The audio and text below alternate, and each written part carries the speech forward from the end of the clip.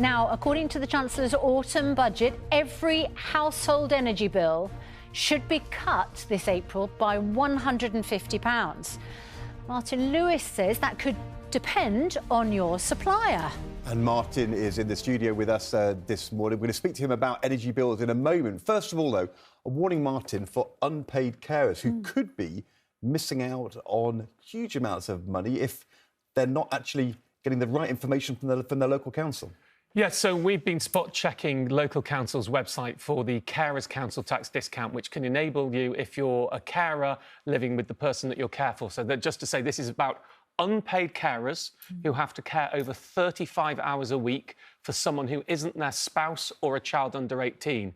So it could be you looking after your adult children who have a need to be cared, or you looking after your parents, or a sibling looking after a sibling. There are 5 million people in this circumstance. This is the backbone of our country. This is an army of people taking the burden off the NHS and taking costs away from the state. Now, they are entitled to a discount on their council tax if they're just two of you living in the house and one of you's a carer, of 25%, or in some circumstances 50%. We spot-check councils' websites, and 1 in 5 minimum councils' websites have the wrong information about what are the eligible benefits of the person that you're caring for, and they're all short. So they're missing out some of the most commonly claimed benefits. Gov.uk doesn't have the information.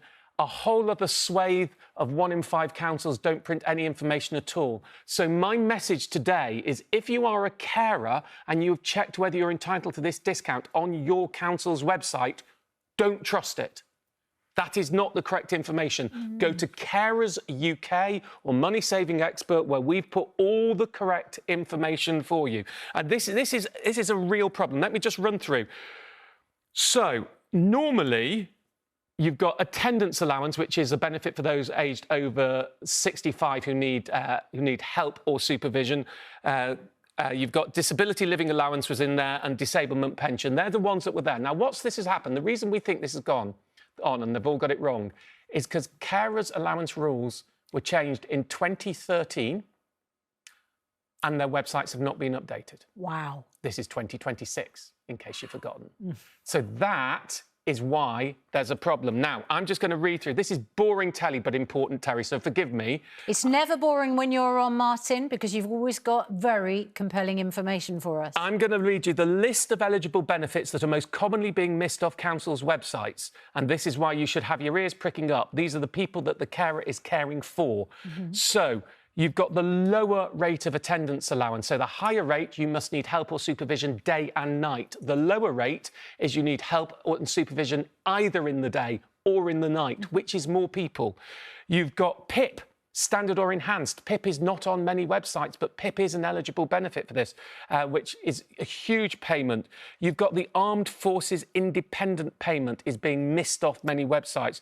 You've got the Disability Living Allowance care component mid-rate. So basically, if somebody you're caring for is on quite a wide range of benefits, pre-state pension age, so any age or state pension age, go and check out Carers UK or Money Saving Expert, look at the proper list, and that's your start point.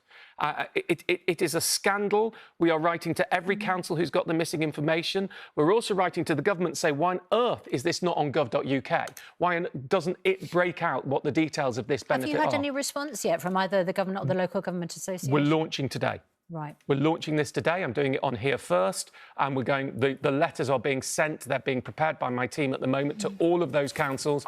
We're also going to ask the government to ensure that council information is correct on these discounts.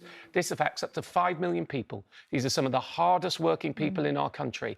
And while this isn't a means-tested benefit, this discount on council tax, those 5 million carers who are working over 35 hours a week, over 35 unpaid, let's put those two things together, are often some of the hardest done by. They are struggling under the financial crisis. They're on low levels of money.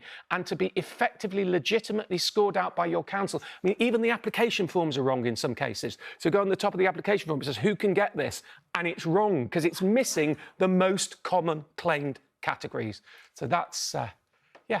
Well, that sounds like a very important piece of work that you've done. How did this come about? We had somebody got in touch to say, I've just challenged my council because they said I wasn't eligible and their website said I wasn't eligible, and I get this benefit and I've checked and I am eligible.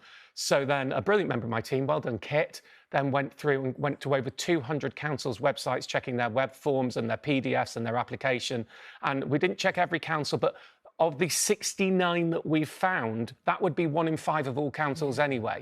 And so it's been a big piece of work. Martin, if and when we get a response from the government and the local government association today, we can then give that response tomorrow on the programme. Yeah, I mean, I presume, because I can't see any reason why not, they're going to say, yes, we will try and make sure that our information is correct. Not pay the money because they're trying, it's actually just it's competence rather than... Really interesting, because when I was digging this, we went through and I worked through what are the political swings of each of those councils.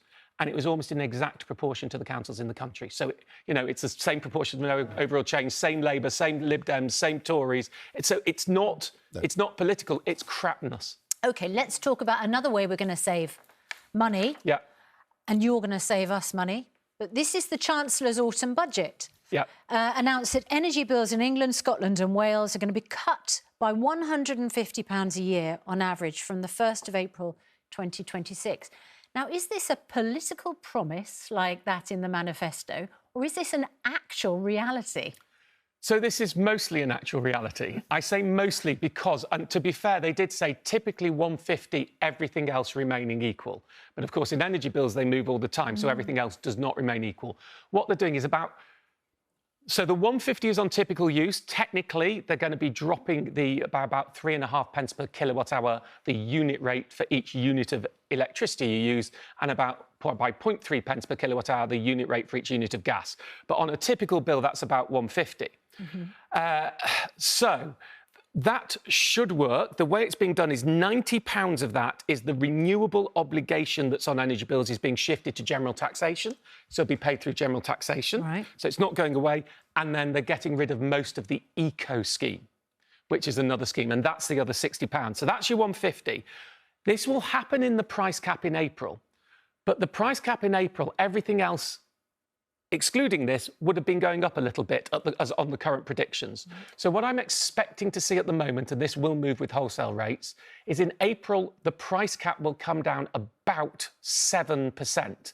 The £150 would have been about 8%, but nearly all of that will actually happen in April. So people who are on the price cap, which is those people who've never switched, the do-nothing tariff, the pants cap, they will see a reduction. Is now the time to fix, or should you not be thinking about fixing? So here's the thing. The big campaign I've been running on this is as soon as I heard that, I was on the phone to Ed Miliband within an hour of the budget saying, what about people on fixed rates, which is a third of the country, the people who've done the right stuff. And he said, yes, that should happen. I mean, what do you mean it should happen? He said, well, we'll ask energy companies doing. I'm like, so we've been through all this, and actually he's done well on this. We now have every energy firm, and I've got a list because we have contacted them all to me directly, will be passing on the full reduction on fixes. Most of them say they'll be doing it on the 1st of April, which is what I've been campaigning for. Some have said they would try and spread it through the year, which is intransparent, and we don't know how it works. So what's going to happen in April? Currently, so I'm doing my hand graphics. I love it. Currently, this is the price cap, and the cheapest fix is 15% low. When we get to April, this is dropping by about 7%. But the fixes, even if you're already unprecedented, not seen this before, the price of your fix is also going to drop. So the differential between the price cap and the cheapest fix will stay at around 15%. In fact, the cheapest fixes may go down even more. So it wasn't actually a fix? So, well, it is a fix because they're moving some... but we fix it. I don't care if they're not fixed if they go down. If they go up is when I'd be campaigning. Yeah. The only tiny thing is there are a few very small firms who weren't on the eco scheme who have fixes. Right. So they will only pass on the £90, not the £150. Okay. But generally, basically, shortcut all that, what you should be doing with your energy bills now is get on a comparison site, get yourself the cheapest fix or another cheaper tariff. Get off the pants cap. It's pants.